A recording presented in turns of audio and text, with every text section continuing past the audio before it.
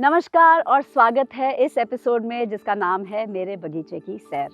इस एपिसोड में आप मेरे साथ चलेंगे एक सैर पे और मैं आपको दिखाऊंगी कि पर्माकल्चर गार्डन कैसा दिखता है और हमारे पर्माकल्चर गार्डन में इस टाइम पे क्या क्या उग रहा है। मेरा नाम है मनीषा लाट गुप्ता और मैं एक पर्माकल्चर टीचर हूँ और आनंदा पर्माकल्चर फार्म चलाती हूँ। और आज जिस बगीचे में हम घूम रहे हैं उसका नाम हमने रखा है सन गार्डन, यानी सूर्य का गार्डन, सूर्य का बगीचा। ये हम इसलिए इसको कहते हैं क्योंकि इसके बीच में एक छोटा सा पूल है। इसको हम तालाब तो कह नहीं सकते, बिल्कुल ही छोटा सा पूल है। और ये हमने इसलिए बनाया था क्योंकि यहाँ पे जब भी बारिश में ज़्यादा पानी एकत्रित हो जाता था तो वो इसमें इकट्ठा हो जाता है और इस तरह से जो बाकी हमारी ज़मीन है उधर वाटर लॉगिंग नहीं होती। समय के साथ साथ हमारी ज़मीन में एक इतना अच्छा पानी सोख बन गया है कि हमें अब इस तालाब की इतनी आवश्यकता नहीं होती, परंतु ये फिर भी है। और ये हमारे इस गार्डन का एक सेंटर पॉइंट है, उसका सूरज है। और इसी सेंटर पॉइंट से हमारे सारे बेड और सारी क्यारियाँ बाहर को आउटवर्डली डायरेक्ट होती हैं। तो चलिए देखते हैं कि इस गार्डन में क्या उग रहा है। पहले हम देखेंगे हमारे यहाँ राइट पे लगी हुई है हमारी ब्रोकली। और फिर से आप नज़र मारिए कि ये ब्रोकली की हेल्थ देखिए, आप पौधों की हेल्थ देखिए कितनी बढ़िया है। और देखिए आप बोलेंगे नीचे वीड्स निकल रहे हैं, ये वीड्स जो है ना, ये इनसे तो आपको परेशान होने की ज़रूरत ही नहीं है। ये एक्चुअली आपके लिए एक ग्रीन मल्च बना के रख रहे हैं, क्योंकि जब आप बड़े बड़े बेड्स में या क्यारियों में या खेतों में निकल आते हैं तो वहाँ पे चिप्स डालने मुश्किल हो जाते हैं। आखिर आपके पास कितने ही चिप्स होंगे और कितनी ही मल्च होगी। तो अक्सर ऐसे छोटे पौधे हमारी मदद करते हैं और एक पूरे ग्राउंड पे मल्च बना के रखते हैं। अब इससे फ़ायदा क्या होता है कि सर्दियों में जब ओस गिरती है तो हमारी मिट्टी को अपने आप अपना पानी मिल जाता है, पर जैसी धूप निकल आती है ये पानी भाप बन के उड़ जाता है। पर हमारे यहाँ भाप बन के पानी नहीं उड़ता, क्योंकि ये छोटे जो पौधे हैं ये अपनी मिट्टी को कवर करके रखते हैं। और आप थोड़ा करीब आएंगे तो देखेंगे कि इन पौधों में छोटे छोटे फूल भी लगे हुए हैं। देखें आपने, ये देखिए, ये भी एक फूल देखिए। ये जो फूल हैं ये हमारी मधुमक्खियों के लिए खाना है। तो ये बहुत बड़ा और इम्पॉर्टेंट एलिमेंट है हमारे इकोसिस्टम का। और जो हमारी ब्रोकली है इसको ये ज़रा भी तंग नहीं कर रहे।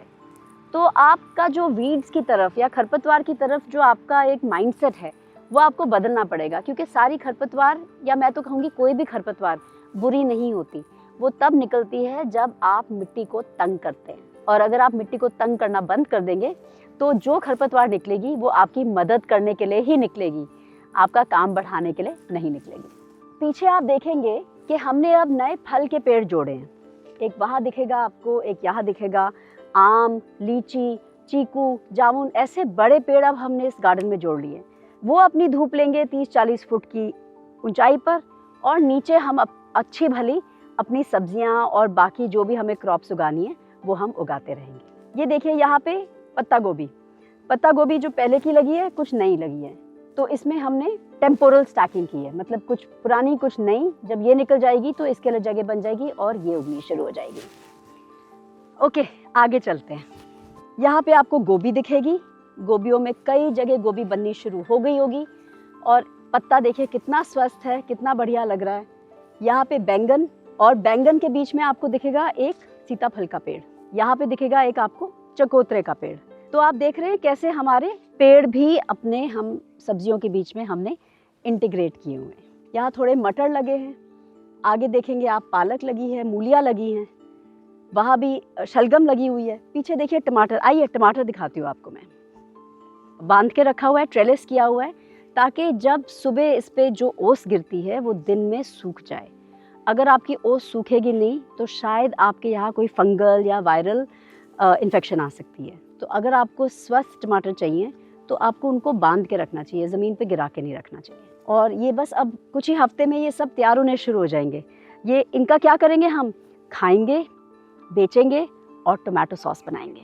मैं उसका इंतज़ार कर रही हूँ। मुझे हमेशा अपनी टोमेटो सॉस बनाने में बहुत मज़ा आता है। अब ये देखिए यहाँ पे जो पालक लगी है ये कुछ अलग वैरायटी है। इसमें बहुत लंबा टहनी होती है और ये अपराइट पालक है। ये हमने पिछले हफ्ते सारी काट के लगभग मंडी में हम बेच के आए हैं। और जब आप इसको काटते रहते हैं तो नए नीचे से और पत्ते निकल आते हैं। तो ऐसी फसल है जो आप बार बार ले सकते हैं, बार बार ले सकते हैं। चलिए let's take a look at यहाँ पे क्या हो रहा है। यहाँ उग रही है हमारी लाल मूली और कुछ शलगम। सलाद के लिए बेहतरीन, अचार बनाने के लिए बहुत बढ़िया। और थोड़ी सी हमने यहाँ पे मेंढे बनाई हैं ताकि इसको अच्छी मिट्टी और जगह मिले उगने के लिए।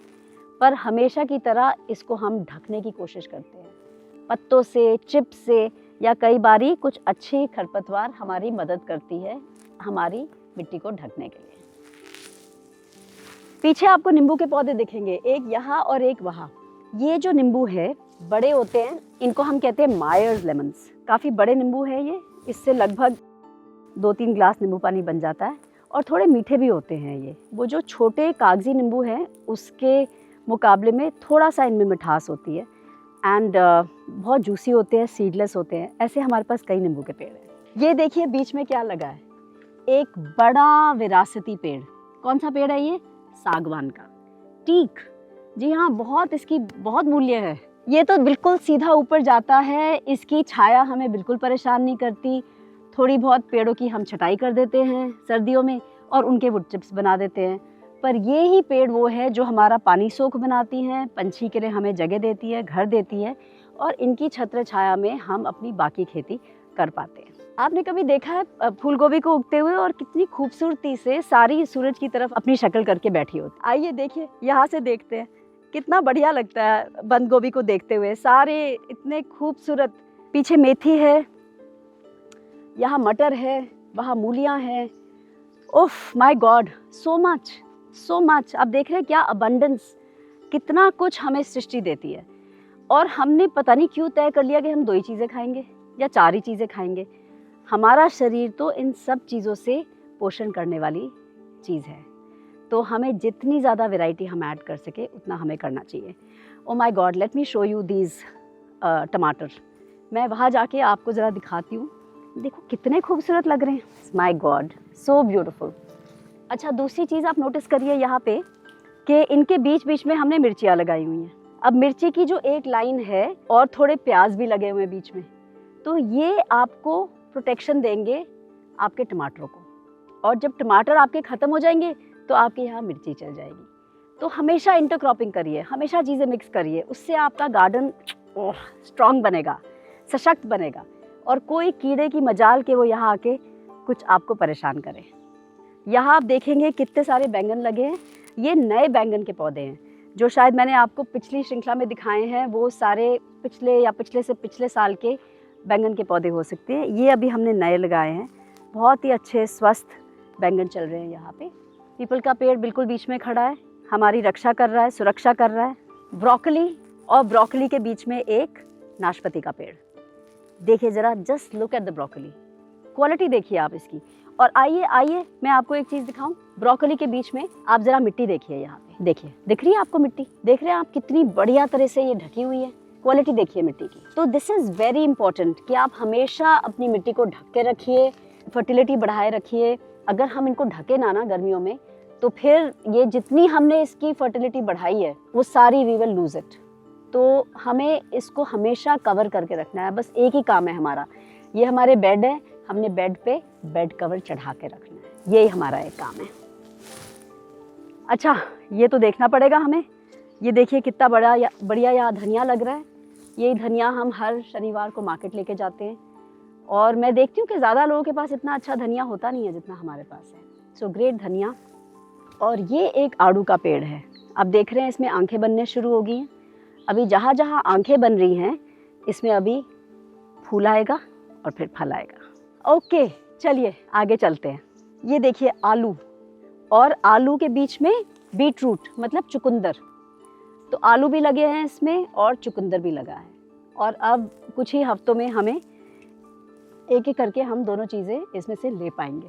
मैं पीछे आपको नहीं ले जा रही, पर आपको दिखेगा वहाँ भी मूलियाँ लगी हैं, चुकंदर लगे हैं, वहाँ पे गाजर लगी है, और यहाँ पे फिर से मूलियाँ लगी हैं। तो इतनी सारी अलग अलग चीज़ें हमने पूरे अपने बाग को छोटे पीसेस में डिवाइड करके इंटरक्रॉपिंग करके लगाया। इसीलिए आपको दिखेगा कि यहाँ पे कोई पेस्ट की इशू नहीं है, कोई इंसेक्ट्स की इशू नहीं है, क्योंकि हम इंटरक्रॉपिंग मल्टीक्रॉपिंग जब आप करो तो ऑटोमेटिकली आपको एक तरह से एक प्रोटेक्शन, एक इंश्योरेंस मिल जाती है। और फाइनली जब हम यहाँ पे वापस आते हैं जहाँ से हमने शुरुआत की थी, तो और छोटी मूलियाँ और पीछे आप देखेंगे पपीते के खड्डे।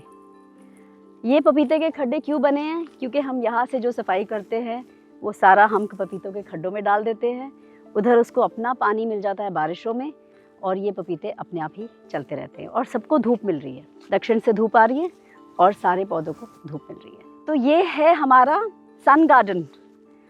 और देखिए कितने विभिन्न प्रकार की चीज़ें हमने यहाँ लगाई हुई हैं और बहुत ही मिनिमल एफर्ट से मैक्सिमम आउटपुट।